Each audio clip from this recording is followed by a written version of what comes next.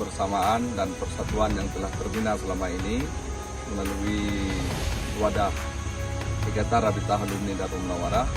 Kita doakan akan bisa berkembang untuk kebaikan pendidikan terutama di wilayah Aceh Tengah yang kita cintai ini.